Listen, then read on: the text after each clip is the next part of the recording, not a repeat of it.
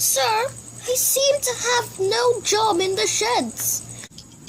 Great Scott, it's looked me 3. I found a job that you could do. You could take passengers to the Sodor Museum.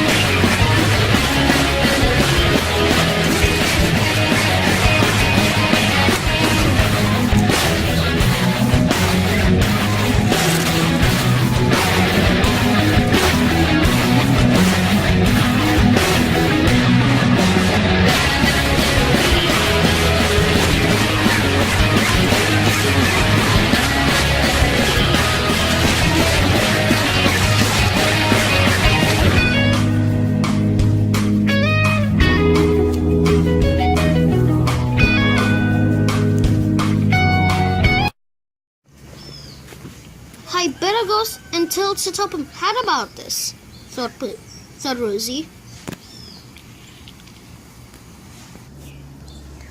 Along the way, she met Percy.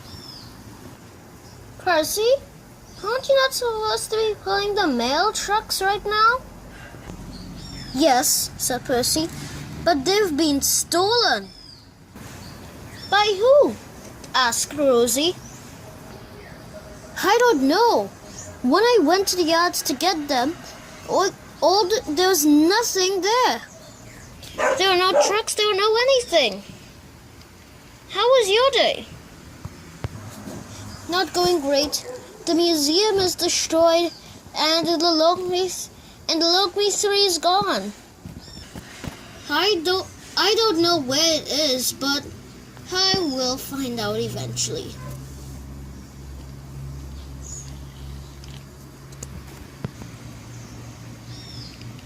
Then, Rosie saw Henry and Gordon.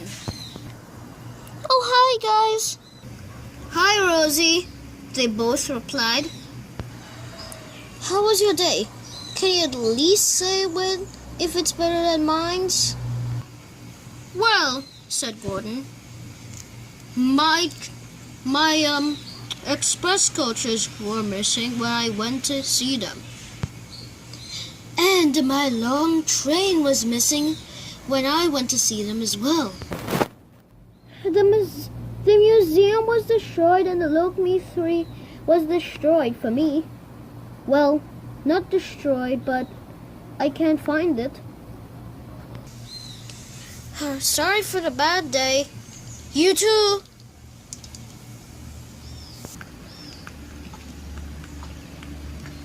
Oh, hi, Thomas, said Rosie. Oh, hi, Rosie, said Thomas. How was your day? Well, Rosie began, and told him about how the Lokmi 3 was stolen. Let me guess, said Rosie. Your coaches are missing. Are you psychic? asked Thomas. Because that's exactly what happened. No, said Rosie. Every other engine I meet seems to say that. And I'm guessing that when I meet James would say that he lost his coaches. And that's exactly what happened.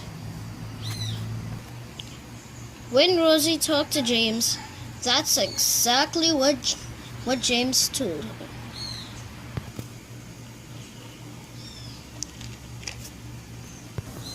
Everybody seems to be losing something today. What's happening? Rosie thought.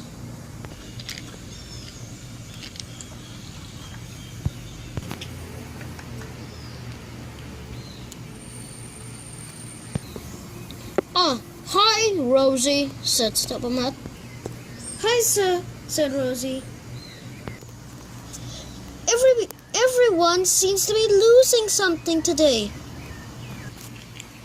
When I go to the museum, the Lokmi isn't there. Gordon and Henry and Thomas all have lost their coaches. and James too. And nobody seems to have anything.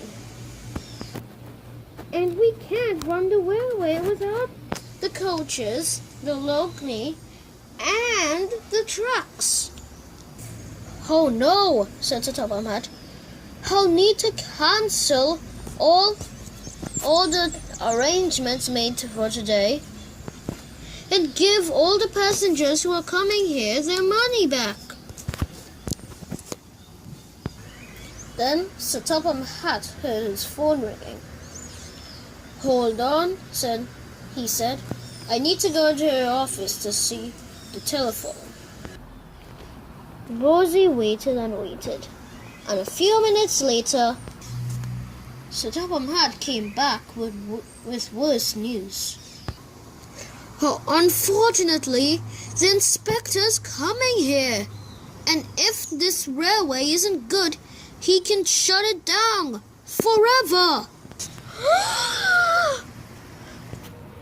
We can't have him come now.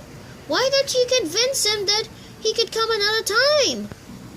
I tried doing that, but he threatened me that he will close down the railway.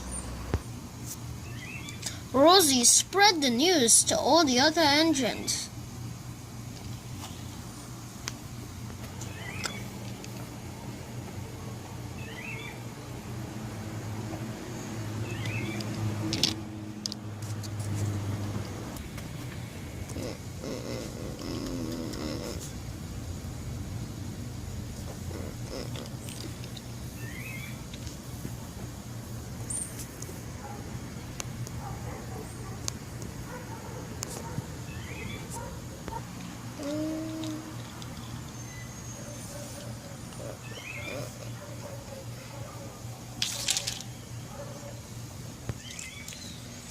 They went to the turntable to talk about it.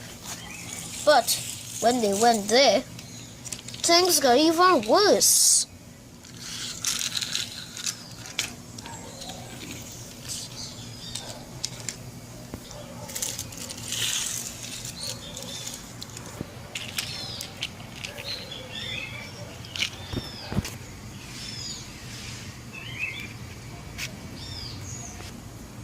The turntable was slightly off. The men tried hard to move it, but it didn't budge, not even the slightest bit. Even our sheds is giving trouble, groaned Gordon. We can't even go into our individual sheds. Okay, said Rosie.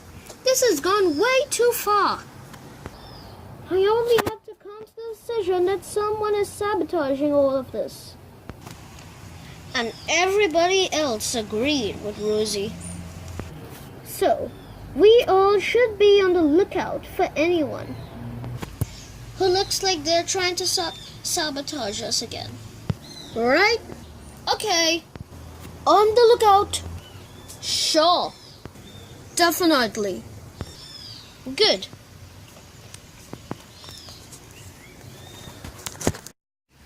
That night, Thomas and Percy were on extra lookout. Percy lay in the truck, watching the turntable, while Thomas pushed him along in the truck. Their plan was that they would pretend to be asleep, but secretly be watching the turntable to see if anyone was going near it. But during the day, they would sleep first, so they could have some extra energy to stay up in the night. Night started to appear though, and all the engines were still watching. Then suddenly, a strange diesel oiled up.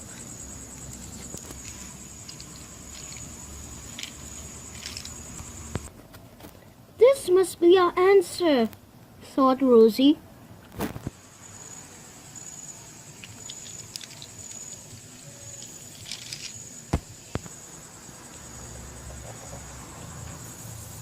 Aha! Now it's fiddling time. But then there's trouble. No, Percy, said Rosie quietly. No, don't sneeze.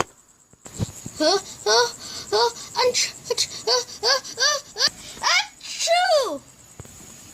The diesel stopped and rolled back with a judder and shaked.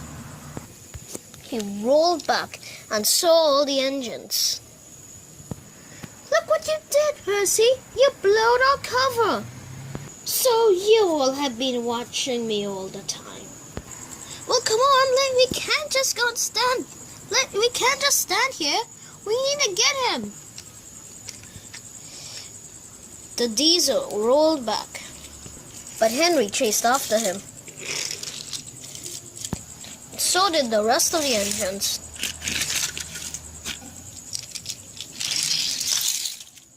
You'll never catch me.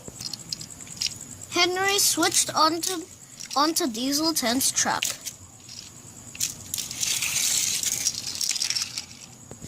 He braked hard, so Diesel 10 had to stop. But it didn't work. Henry put on his brakes hard, but they failed. Up ahead, the lines were switched. The diesel started to brake, but Henry couldn't stop and was switched back onto another line. It was the same line where the destroyed museum lay. Henry couldn't stop and crashed.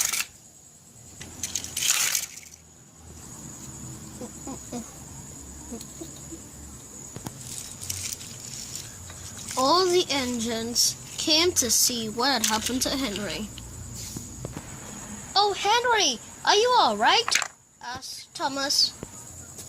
Yes, but I think that Diesel Doyle broke my brakes when I wasn't looking. Don't worry, he said to Henry. We can try again tomorrow. Unfortunately, Henry wasn't going to be moved anytime soon.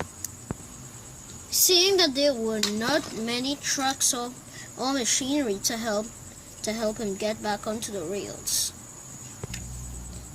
But at least the turntable was working. Ah, Diesel 10. How did you do? Well, I did not do well, apparently. I wasn't able to fill with the turntable. And unfortunately now, it's able to move around. Wait, but how did that happen? 6 engines saw me. So, no, nothing really positive happened. And it wasn't all that good. But it wasn't all that bad either. I still managed to derail an engine. Oh, good. But tomorrow you need to up your game, because tomorrow is the day of the inspection. Tomorrow will be the day where all us diesels will raid.